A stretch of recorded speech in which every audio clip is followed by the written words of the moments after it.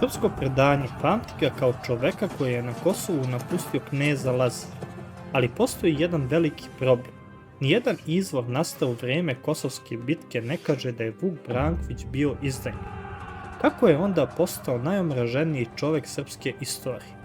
Kada je osmanska vojska 1389. godine stigla na Kosovo, Vuk Branković nije bio slučajni učesnik bitke. Bio je jedan od najmoćnijih srpskih velikaša, zet kneza Lazara i gospodar oblasti na kojoj se bitka vodi.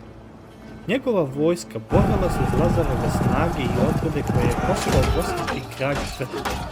Posle krvavog sukoba poginuli su i knez Lazar i sultan Mur, a Vuk Branković je preživeo.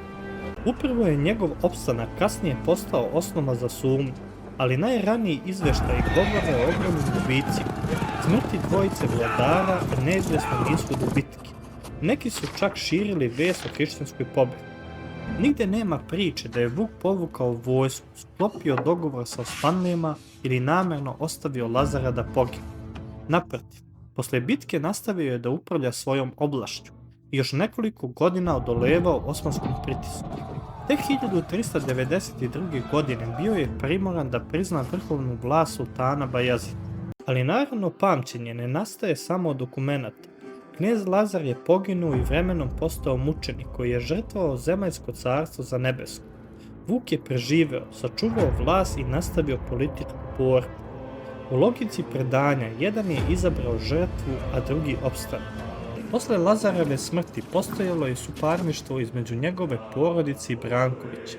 Kasniji sukobi njihovih naslednika dodatno su olakšali da čitav rod bude posmatran za sumnju, a velikoj tragediji bio je potreban konkretan krivac.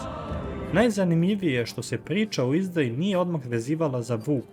Jedan raniji zapis samo nagađa da je Lazara možda izdao neko od njegovih ljudi, ali ne navodi ime.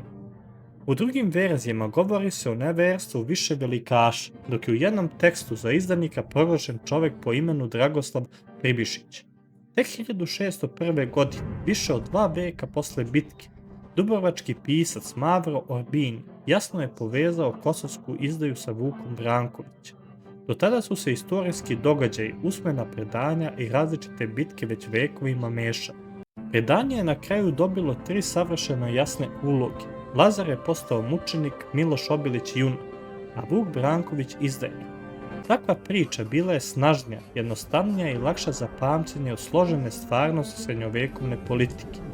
Ponavljana je u hronikama, pričama i epskim pesmama, sve dok narodni Vuk gotovo potpuno nije potisnuo istorijskog čoveka.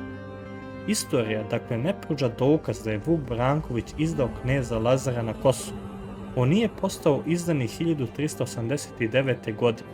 Postojao je izdajnik vekovima kasnije, u priči koji je pored mučenika i junaka bio potreban i krivac, jer ponekad istorija ne pamti čoveka po onome što je uradio, već po ulozi koju mu je legenda dodelila.